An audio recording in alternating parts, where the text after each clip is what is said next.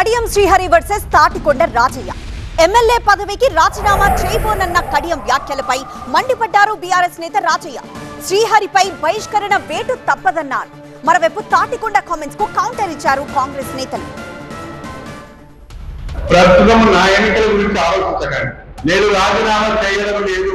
Speaker గారు ఏ నిర్ణయం తీసుకుంటారో వారి నిర్ణయం తర్వాత నా కార్యాచరణ ప్రణాళిక ఉంటుంది. ఎమ్మెల్యే పదవికి కడియం శ్రీహరి రాజీనామా చేయకపోతే ఆయనపై బహిష్కరణ వేటు తప్పదన్నారు తాటికొండ రాజయ్య. అధినాయకులను బ్లాక్ మెయిల్ చేయాలని చూస్తా ఉన్నాడు.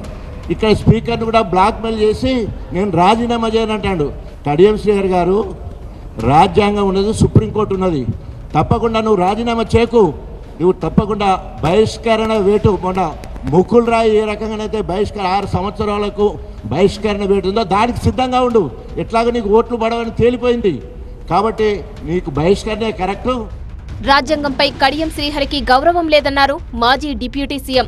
ఆయనలో అసహనం పెరిగిపోయిందన్నారు. కడియం శ్రీహరి గారు పిచ్చిలేసినట్టు మాట్లాడుతూ ఉన్నాడు, ఫ్రస్ట్రేషన్లో మాట్లాడుతూ ఉన్నాడు.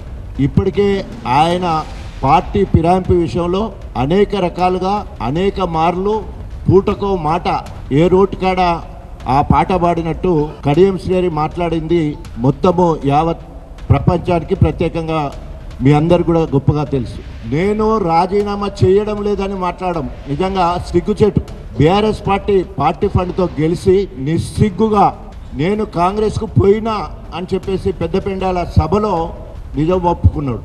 శ్రీహరి నిజస్వరూపాన్ని స్టేషన్ గన్పూర్ ప్రజలకు చెప్పానన్నారు రాజయ్య. సావుకాలు వచ్చిందిగా వణికిపోతుండేడు. ఎప్పుడు ఎలక్షన్లు అవుతుందని చుచ్చు పడుతుంది. ఇప్పుడు సంవత్సరం కాంచెల్లి ఊరూరు తిరిగి ఆయన బండారాన్ని బయట పెడతా ఉంటే కడియం శ్రీహరికే వేరే గత్యంతరం లేదు. నా పేరు ఇనొస్తే ఇదే. నాయని రాజేందర్ రెడ్డి తనను కించపరిచేలా మాట్లాడడం సరికాదన్నారు రాజయ్య. మిస్టర్ నాయని రాజేందర్ రెడ్డి, దళితులను గోకుతున్నావు.